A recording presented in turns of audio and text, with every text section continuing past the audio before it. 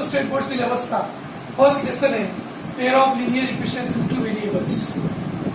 अभी ये लेसन पे बहुत सारे वीडियोस आपने देखे होंगे, मेरे भी कुछ वीडियोस यूट्यूब पे अपलोड हो चुके हैं। हर कोई सीखता है लीनियर इक्वेशन इनटू वेरिएबल्स क्या होता है, उसको सॉल्व कैसे करते हैं, उसको सॉल्व करने की मेथड्स क्या है, हर कोई सीखेगा।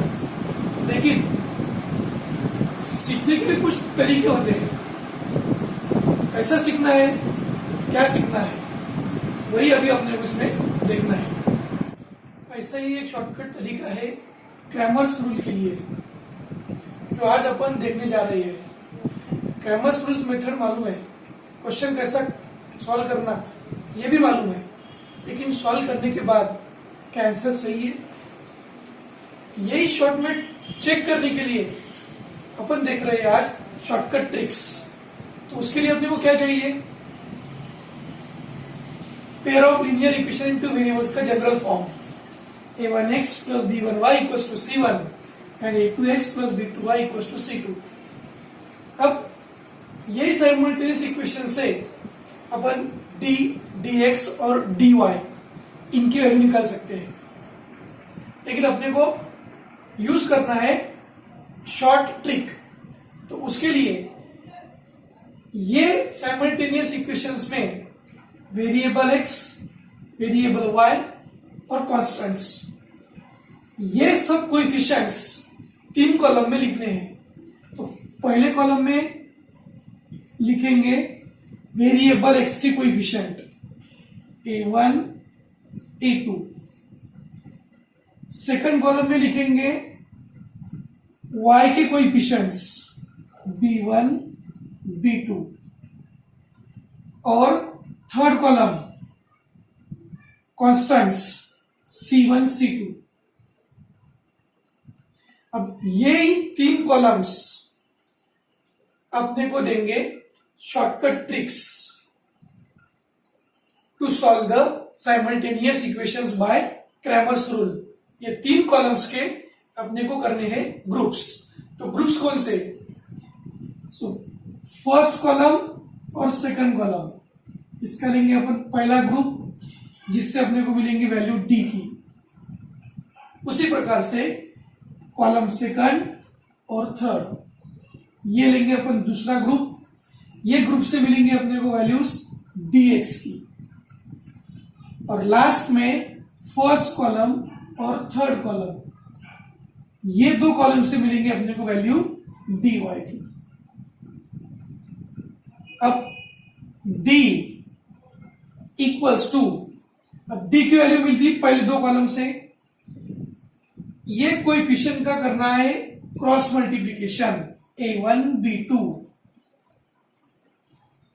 Minus b1, a2। ये वैल्यू मिल गई डी की। अब इसी प्रकार सेकंड कॉलम से, सेकंड और थर्ड कॉलम से वैल्यूज निकालना है dx की। सो dx इक्वल्स टू, अब इन दोनों का cross multiplication c1, b2 minus b1, c2।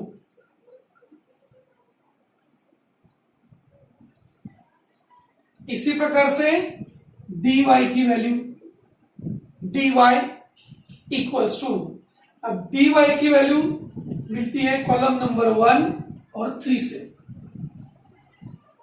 अब उसके लिए क्रॉस मल्टीप्लिकेशन करेंगे ये कोएफिशिएंट्स का a1, c2 minus c1, a2। अब यही ट्रिक्स का यूज करके ये क्वेश्चन सॉल्व करके देखते हैं। सो x इक्वल्स टू, x का फॉर्मूला होता है dx upon D.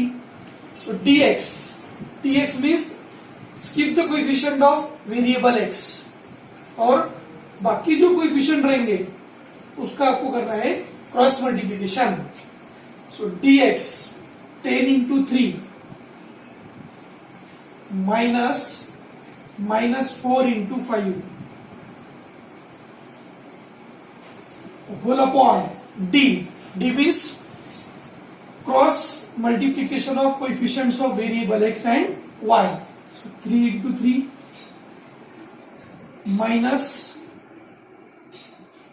minus 4 into 4 is equals to 30 plus 20 upon 9 plus 16.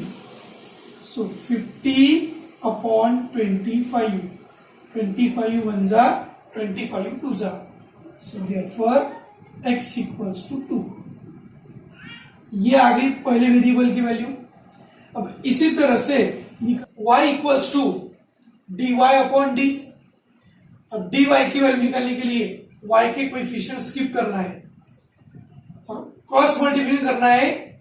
3 into 5 minus 10 into 4.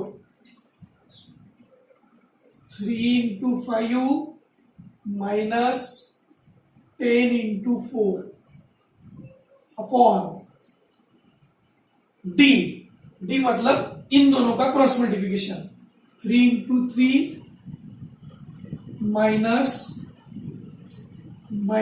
4 into 4 is equals to 15 minus 40 upon 9 plus 16.